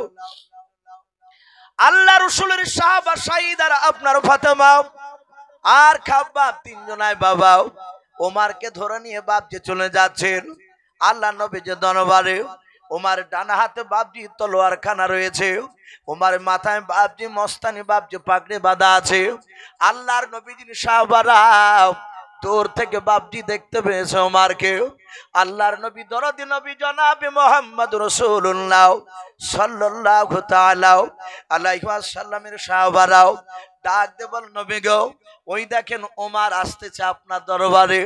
ওগো আল্লাহর নবী যে দেখুন আপনার সাহাবা শাহিদ আর খাব্বাও আর ফাতেমা তার বোনকে ওই উমর ধরে টেনে নিয়ে আসছে, মনে হয় কলমা পড়ে নিয়েছেন, এই কারণে কলমা পড়েছে বলে তাদেরকে হয়তো আপনার সামনে মারবে। ওগো নবী আপনাকে হয়তো বেইজ্জতি করবে, মারতে পারে। নবী গো ওই উমর আপনার দরবারে আসার আগে একটিবার আপনি আমাদেরকে হুকুম করে দাও, আপনার অনেকগুলো সাথী ভাইয়েরা আমরা দাঁড়িয়ে আছি, ওগো আমার নবী একবার আপনি অর্ডার করেন, হুকুম করে দেন, আমরা গিয়ে আবু জেহেল নয় উমরকে জবাই করে আমরা তাকে জাহান্নামে পাঠিয়ে দেব। আল্লাহ রাসূল দাঁড়িয়েছিলেন। আল্লাহ রাসূল এইভাবে পেছন দিকে বাবা ঘুরলেন, সাহাবাদেরকে ডাক দিয়ে বলেন, ওগো সাহাবারাও তোমরা কি জানো ওমর আমাকে মারতে আসছে কি সত্যিটা কি তুমি জানো? বলো তোমরা অন্তর খবর গায়েবের খবর কে জানো? ডাক দিয়ে বলে, নবী গো একমাত্র গায়েবের খবর আল্লাহ ছাড়া আমরা কেউ পারবো না। এই তাহলে তোমরা কেন এই কথা বললাও যে ওমর আমাদেরকে নয় আপনাকে মারতে আসছে, ওদেরকে মারবে? ওগো নবী যে হুকুম দেন, আমরা দৌড়ে গিয়ে ওমরকে জবাই করে জাহান্নামে পাঠিয়ে দেব।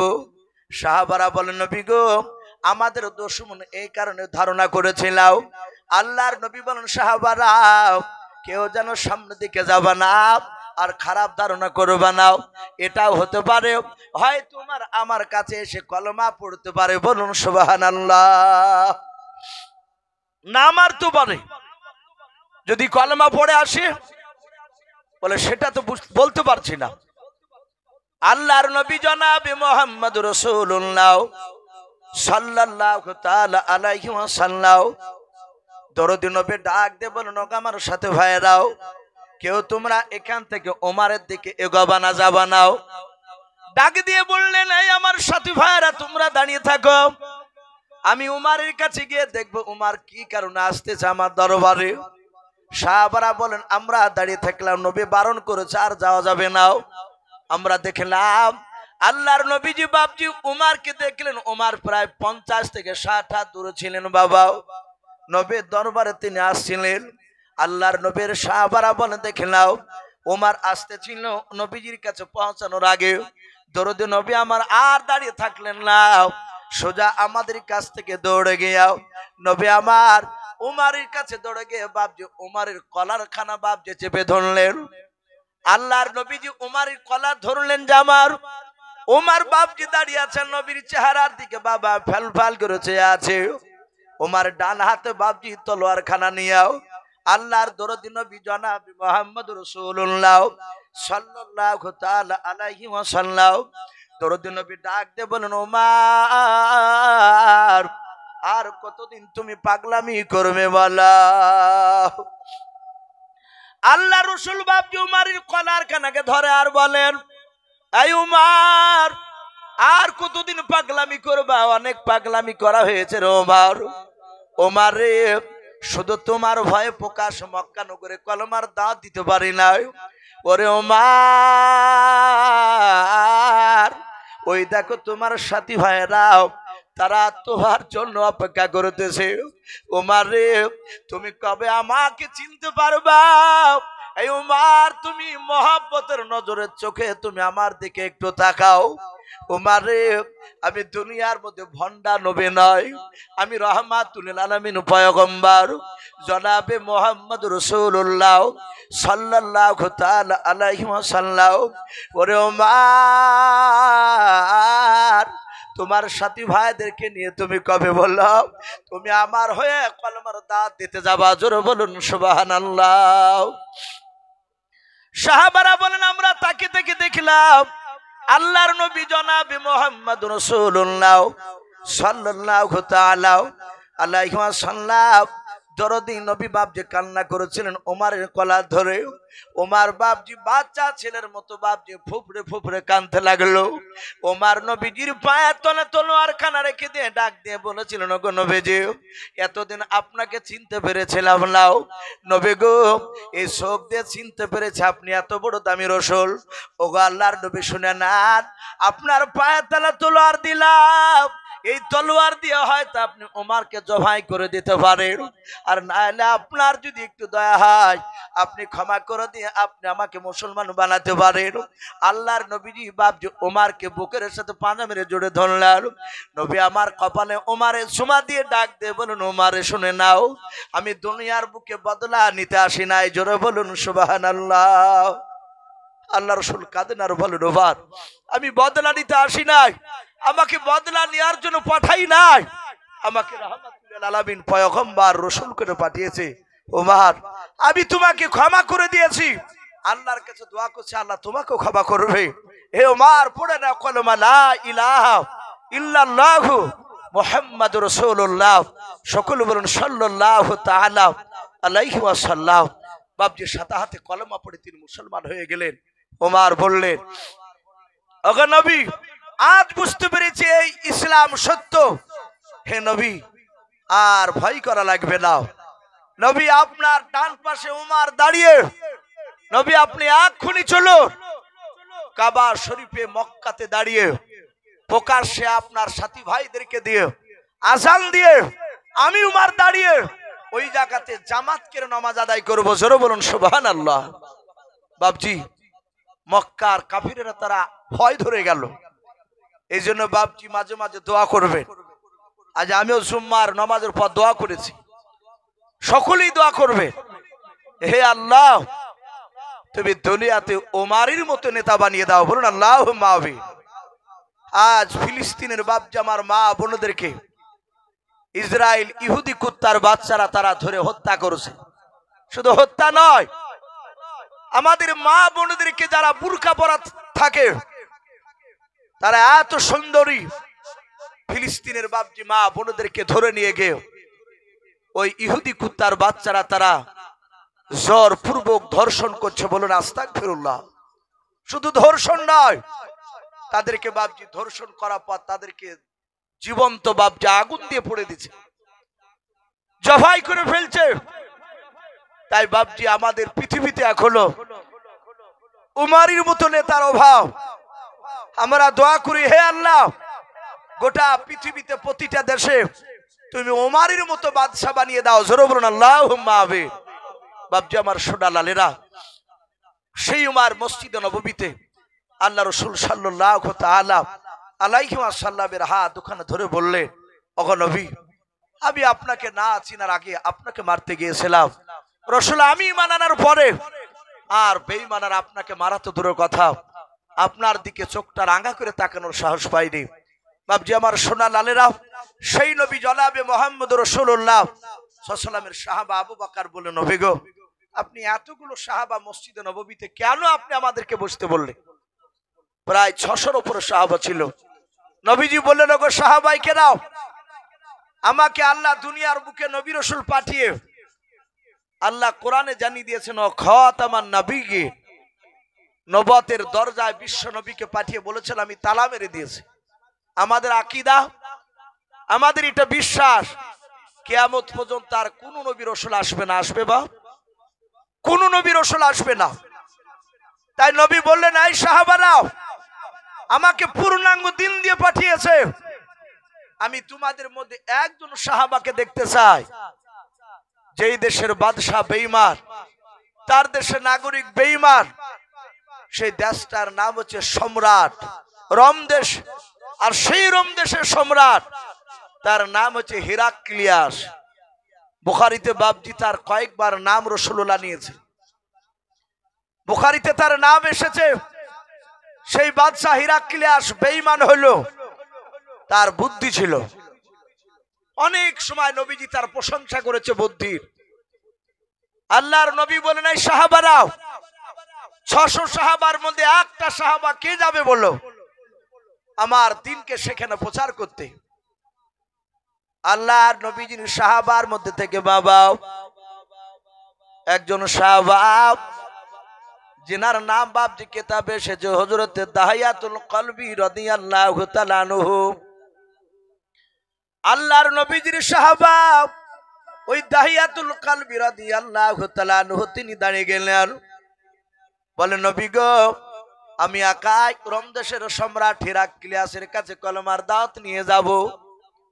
বলে যাও বাবা, কিন্তু নবীজির তরফ থেকে যখন কলমার দাওয়াত নিয়ে যাও রোম দেশের সম্রাটের কাছে গিয়ে হিকমতের সহিত কথা বলবা, বলুন সুবহানাল্লাহ, হিকমতের সহিত আলোচনা করবা। বাবা আমরা নামাজ পড়ি অনেকে, কিন্তু হিকমতের সহিত কথা বলে আমরা জানি না। অনেকে ভাববেন যে হিকমতের সহিত কি করে কথা বলতে হয়। প্রায় মসজিদে দেখবেন জুম্মার দিনে বাচ্চা ছেলে নিয়ে যায় না অনেকে? সবাই না, কিছু মানুষের গা চুল খায়। ওই বাচ্চা ছেলেকে যদি মসজিদে যেতে দেখে ও বলে যায় বাপ আসেনি আর হাত ঘুরিয়ে খেলিয়ে এসেছে। বাপজি না, বলবেন না, এটা হিকমতের কথা নয়। বাচ্চা ছেলেটাকে আপনি খুব জোরে ইশারা করে একটু বলতে পারেন, বুঝাতে পারেন যে বাবা এটা মসজিদ, এখানে হইচই করতে নেই। হইচই করলে যারা নামাজ পড়বে তাদের নামাজের ব্যাঘাত ঘটবে। কিন্তু এতটুকু মনে রাখবেন, একটা বাচ্চা ছেলে সে যদি হইচই চেঁচামেচিও যদি করে, আপনি নামাজ পড়ছেন আপনার সামনে যদি বারবার যাতায়াত করে, ওই মুসল্লিদের নামাজের কোনো ব্যাঘাত ঘটবে না। বলুন আলহামদুলিল্লাহ। আমি যেদিন থেকে এটা পড়েছিলাম আমি বলি মাঝে মাঝে, আল্লাহ রাসূল মসজিদে গিয়েছে নামাজ পড়তে, নবীর কলিজার টুকরা হাসান হুসাইন রাদিয়াল্লাহু তাআলা আনহুম আজমাইন, দুই নাতি নবী নিয়ে গিয়েছে, দরজার গুড়িতে বসে রেখেছেন, নানু ভাই এখানে বসো, আমি নামাজ পড়িনি। ওরা বাচ্চা ছেলে। নবীজি সেজদায় গিয়েছেন, হাসান হুসাইন পিঠের উপর উঠে গেছে। পিঠের উপর উঠে বাপজি নবীকে গোমাগুম কিলাছে। নবী সেজদায়। আবু বকর সিদ্দিক রাদিয়াল্লাহু তাআলা আনহু তিনি ওই সময় মসজিদে প্রবেশ করলে, করে দেখলে এ তো নবীজির নামাজের অসুবিধা হবে।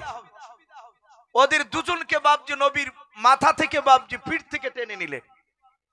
নবী তাড়াতাড়ি নামাজ শেষ করলে। নবী কাঁদছেন আর বলছেন, আবু বকর তুমি আমার হাসান হুসেনকে কেন নামালে? আমি কি হুকুম করেছি বলে নাও? বলে নবী আপনি সেজদায় ছিলেন। আল্লাহ নবী বলেন, ও আবু বকর তুমি যদি না টানতে, আর আমার হাসান হুসেন দুই ভাই ওরা যদি স্বেচ্ছায় পিঠ থেকে যদি না নামতো, কিয়ামত পর্যন্ত আমাকে যদি আল্লাহ হায়াত দিতে, ওরা কিয়ামত পর্যন্ত না নামলে আমরা কিয়ামত পর্যন্ত আমি সেজদা তুলতাম না। বলুন সুবহানাল্লাহ। একজন সঙ্গ রাসূলুল্লাহ। বাপজি এই জন্য বলবো, বাচ্চা ছেলে গেলে বাপজি তাদেরকে আপনি তেখরি মিকরি করবেন না, একটু বুঝাবে। দরকার হলে বাপজি এক জায়গায় ছেলেগুলোকে না রেখে পাশাপাশি একটু দৌড়াদৌড়ি রাখবে। ওরা দেশের বাপজি ভবিষ্যতের মুসল্লি তারা।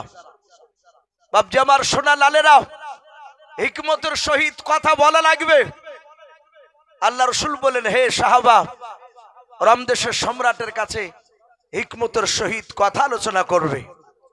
ভাই আমি আপনাদের কাছে বাপজি আমার বলার উদ্দেশ্য এই যে রসুলের দিনকে টিকে রাখার জন্য নবীর সাহাবারা বিভিন্ন জায়গায় কলমার দাওয়াত নিয়ে গিয়েছিলেন। বাপজি আমাকে বলেছেন এই জালসার সভাপতি সাহেব যারা এখানে আছেন, যে মাওলানা সাহেব সানোয়ার সাহেব দাওয়াত দেয়, সেদিনে বলছিলেন আজও বললেন, ইসু ভাই একটু শেষের দিকে একটু কালেকশন করবেন আমাদের মসজিদ মক্তবের জন্য। এই বাপজিতে বলি ফেলে যে বেশিরভাগ যদি প্রথম থেকে কালেকশন করতে লাগে তাহলে তো মানুষ ওয়াজ শুনে শান্তি পাবে না, একটু শেষের বেলা দেখবে। তাই বাপজি আমি আপনাদেরকে বেশি নয় মিনিট 15 আল্লাহর দিনকে টিকে রাখার জন্য আজ ভারতবর্ষের মাটিতে বাপজি কিছু মানুষ এরকম সিদ্ধান্ত নিছে যে দুনিয়ার বুকে নয় ভারতবর্ষে আমরা মাদ্রাসা রাখবো না। অনেক জায়গায় আসামের মধ্যে প্রায় 600-র কাছাকাছি মাদ্রাসা তারা অলরেডি বাপজি বন্ধ করব বলে সিদ্ধান্ত নিয়েছে। অনেক সময় খবরে দেখছেন আপনারা। আমি প্রতিটা বাপজি ভাইদেরকে বলবো, যতদিন পৃথিবীতে মাদ্রাসা থাকবে ততদিন বাপজি সূর্য পূর্ব দিকে উঠবে। বলুন সুবহানাল্লাহ। মাদ্রাসা যেদিন বাপজি গোটা পৃথিবী থেকে বিলুপ্ত হয়ে যাবে, বন্ধ হয়ে যাবে, সেদিন জানবে মুসলমানের অস্তিত্ব আর টিকে রাখা যাবে না, আস্তে আস্তে শেষ হয়ে যাবে। ওরা বুঝেছে যে মাদ্রাসা থেকে ইসলাম প্রচার হচ্ছে, তাই মাদ্রাসাকে আগে বন্ধ করা দরকার। ইনশাআল্লাহ আমরা জান মাল দিয়ে আমরা মাদ্রাসাকে হেফাজত করব। বলুন ইনশাআল্লাহ। বাপজি প্রতিটা মসজিদে মক্তব শিশু মাদ্রাসা হওয়া দরকার। আপনার আমার ছেলে স্কুলে পড়ে, বিদেশি জায়গা যাওয়ার সময় দিতে পারবে না, ও বাড়ি থেকে আপনার সপ্তাহে 2 দিন হোক, যেহেতু বাচ্চা ছেলেরা সবাই আপনার আমার ছেলে প্রাইভেট পড়ে স্কুলে যায়, সপ্তাহে 2 দিন হোক মক্তবে আসো। 1 মাসে নয়, 2 মাসে নয়, 1 বছরের জায়গায় 2 বছরে লাগুক, কোরআন শিখো। এটা প্রতিটা বাপজি মহল্লায় শিশু মাদ্রাসা মক্তব বাপজি বিশেষ প্রয়োজন। আপনাদের এখানে বাপজি মক্তব রয়েছে, শুনলাম একজন শিক্ষক রাখা হয়েছে, তাকে বেতন দিতে হয়। মসজিদেরও বাপজি অনেক কাজ হয়, মসজিদের যেহেতু ভিতরে মক্তব, তাই আমি প্রতিটা বাপজি ভাইদেরকে বলবো, বাপ বেশি নয় 10,000 20,000 বাপজি চাইবো না, মাত্র বাপজি 2,000 করে টাকা আল্লাহর দিনকে টিকা রাখার জন্য, কোরআনকে বাপজি জিন্দা রাখার জন্য 2,000 টাকা। বিশ্বনবী জামানায় সাহাবাই কেরামরা তারা দিনকে টিকা রাখার জন্য তারা জানের প্রতিযোগিতা লাগাতেন। বলুন সুবহানাল্লাহ। আজকে আমাদের জান নয়, আজকে কিছু ধন সম্পদ থেকে বাপজি কিছু টাকা মাল আল্লাহর দিনকে টিকা রাখার জন্য। তাই বাপজি একবার নারে তাকবীর দিব। কোন আল্লাহর বান্দা রয়েছেন এখানে, কোন মুজাহিদ বান্দা রয়েছে, পর্দার আড়ালের মা বোনেরা আছেন, আপনাদেরকে বলবো শুদ্ধে বাবজি ভাই একবার নারে তকবীর দেওয়ার সাথে হাতে আল্লাহু আকবার বলে হাতখানা উঁচু করে বলবে 2000 করে টাকা বাবজি, বেশি নয়, মাত্র 10টা মানুষকে আমি একটু দেখতে চাই। আল্লাহর বান্দা কোরআনকে বাবজি সেখানে পড়ানো হবে, সেখানে আপনার আমার ছেলে দেশের ছেলেরা তারা কোরআন শিখবে। তাই বাবজি একবার নারে তকবীর দিব। কাছে যদি না থাকে বাবজি বলবেন যে আমি 1 মাসে দিব, 2 মাসে দিব, 3 মাসে দিব, ইনশাআল্লাহ 2000 করে টাকা